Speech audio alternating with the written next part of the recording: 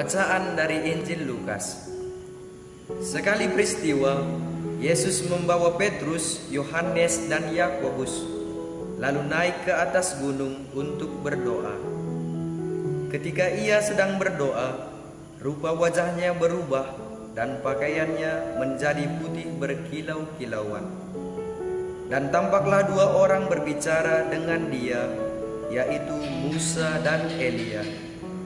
Keduanya menampakkan diri dalam kemuliaan dan berbicara tentang tujuan kepergiannya yang akan digenapinya di Yerusalem. Sementara itu, Petrus dan teman-temannya telah tertidur, dan ketika mereka terbangun, mereka melihat Yesus dalam kemuliaannya dan kedua orang yang berdiri di dekatnya itu.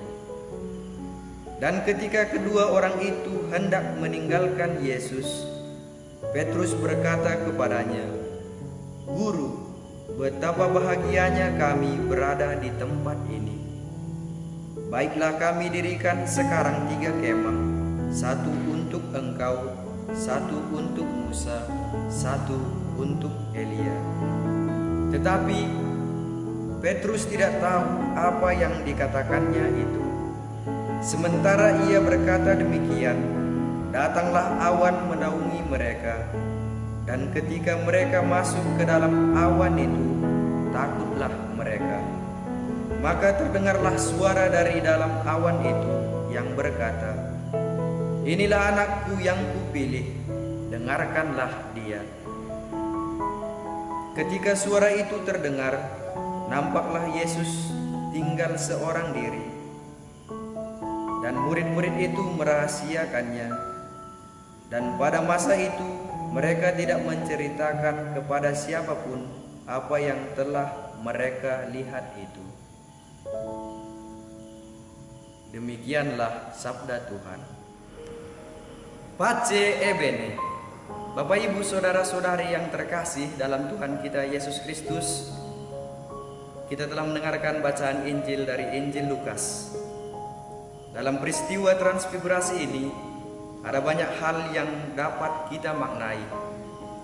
Namun, Lukas menekankan apa yang akan menjadi tujuan perjalanan Yesus ke Yerusalem. Selain itu, ada perintah untuk mendengarkan dan menaati Yesus. "Inilah anakku yang kukasihi, kepadanya aku berkenan." Yesus adalah anak Allah yang melebihi Musa dan Elia. Dia adalah Mesias yang menderita demi keselamatan umat manusia. Saudara-saudari yang terkasih dalam Tuhan kita Yesus Kristus, kita juga sama seperti Petrus yang ingin berhenti dan mendirikan kemah kala melihat kemuliaan Allah. Kita ingin tinggal diam dan menikmatinya saja. Padahal pandangan seperti ini tidaklah tepat. Untuk bisa melihat kemuliaan Yesus, kita harus terus bekerja melayaninya. Kemuliaan itu dinyatakan bagi orang yang hidup di dalamnya. Ketika melihat kemuliaan dan merasakan kemuliaan Tuhan, buanglah hasrat mendirikan kemah di sana. Pekerjaan sudah menunggu untuk kita kerjakan. Turun dari gunung merupakan tindakan yang harus kita lakukan, yaitu untuk melayani orang lain yang membutuhkan kasih dari kita, sebagaimana yang telah kita terima sendiri dari Yesus. Momen seperti transfigurasi dan pemuliaan Yesus Kristus penting dalam perjalanan pemuridan kita. Saat langkah menjadi berat karena tantangan yang dihadapi, maka merasakan persekutuan dan kehadiran Sang Ilahi menjadi penguat dan semangat bagi kita. Tentu kita tidak boleh lama-lama tinggal pada satu zona nyaman saja, apalagi terlena dengan keadaan yang telah kita terima. Masih ada tugas menanti untuk kita laksanakan. Ajakan mendengarkan Yesus juga berarti kesediaan kita dengan rendah hati mendengarkan kehendak Tuhan. Ini bisa menjadi hal sulit karena manusia sering lebih suka mendengarkan kepentingannya sendiri.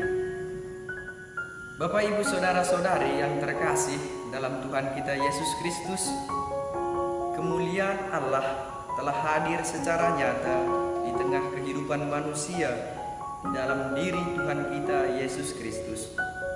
Maka manusia yang telah menerima Yesus sebagai Tuhan dan Juru Selamat telah menerima kemuliaan kasih-Nya dan menerima tugas panggilan dan berutusannya untuk bersaksi.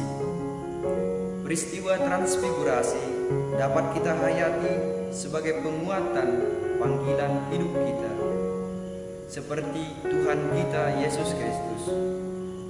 Kemauan untuk mempercayakan diri sepenuhnya dan mau setia dengan perubahan hidup kita, yakni pertobatan. Amin. Pace Ebene.